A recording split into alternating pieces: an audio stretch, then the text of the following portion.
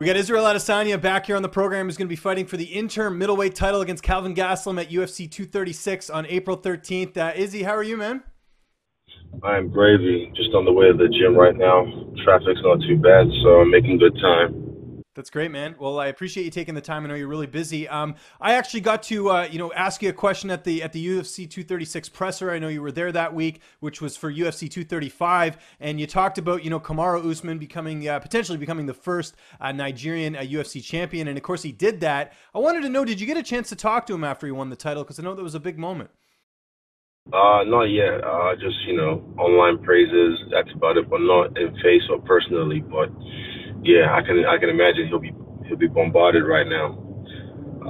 Still after winning the belt, but I'm seeing what he's doing through his stories and through his Instagram and stuff, and yeah, it was inspiring to watch.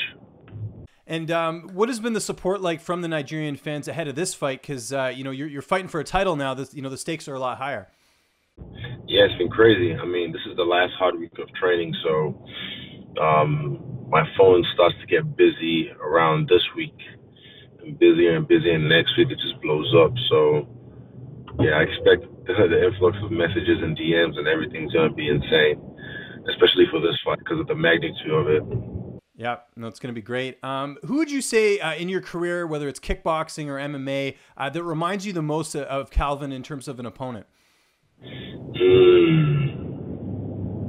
There was this one guy in MMA, as a Sambo guy, fought a Sambo wrestler. He had some good hands, but his wrestling was his bread and butter, his Sambo.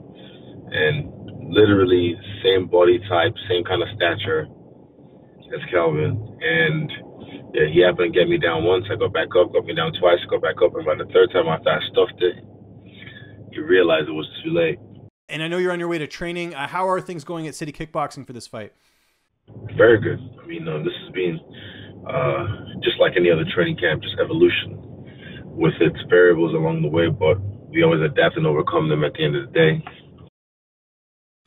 And you talked about this at the presser. This is a bit of a quick turnaround for you. How do you go about not overtraining for a fight like this? No, overtraining is learning how to listen to your body, learning how to listen to your mind, knowing when to put your foot on the gas and knowing when to hit the brake. You know what I mean? A lot of people just think the old mentality of just harden up, toughen up, but your body is there to preserve you, especially when you're messing it up.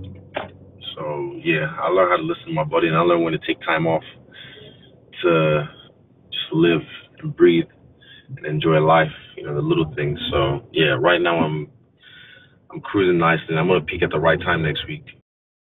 What do you use for recovery? I know a lot of fighters do the CBD oil or they'll do the cryotherapy. Do you do any of that to, heal up the bumps and bruises?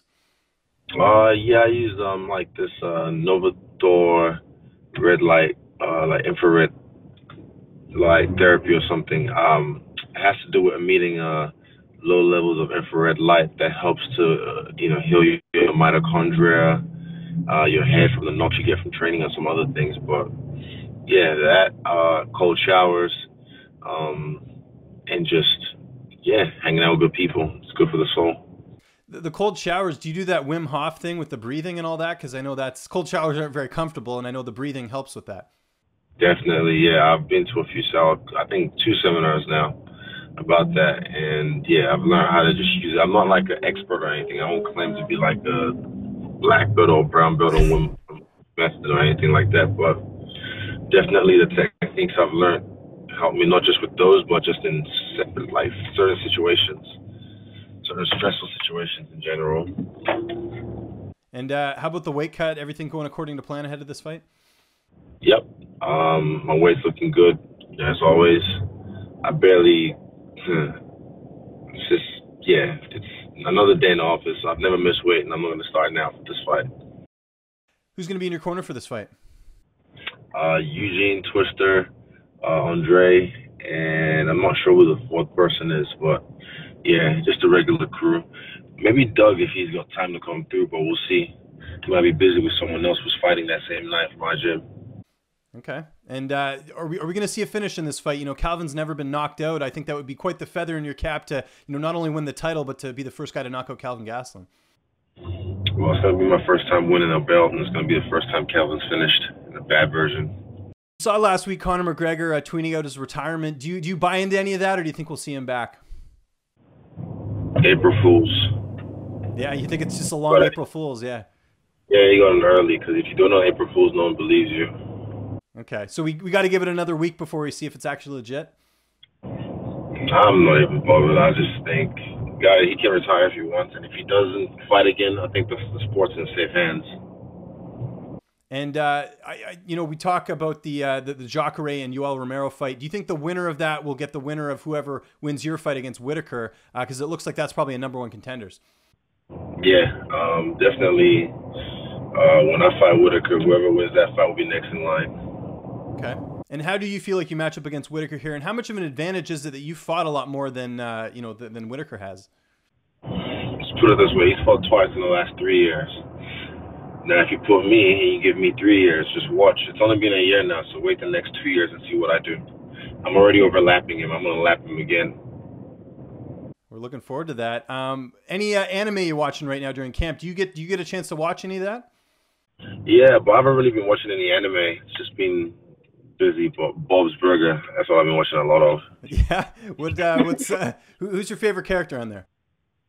Lisa. Okay, nice choice. Yeah. That's good. When are you actually getting into Atlanta? I arrive a week early, so like Sunday, I think I'll arrive in. Okay, and Atlanta's known as a big hip hop scene. Are you gonna what does it mean to fight there? Because obviously there's a lot of hip hop going on there. Yeah, I mean it's cool just because I've only known Atlanta through rap and through movies like ATL and what's his name, Charles Gambino's series in Atlanta. So I already been there once. It was cool. I just want to go there, get work done, and then kind of just during the week catch a vibe in Atlanta. Okay. And what are you listening to music-wise right now? What's on your playlist? Yesterday, all Nipsey Hussle, R.I.P. Well, we're looking forward to this fight, man. Again, appreciate the time, Israel. It's going to be UFC 236, April 13th. Just remind people where they can find you on social media, and if you got any sponsors or shout-outs, the floor is yours, man. At me, at Stylebender on Twitter and Instagram, and yeah, shout out to Engage. My main sponsors, they're cool. But yeah, thanks for your time, James. I appreciate it.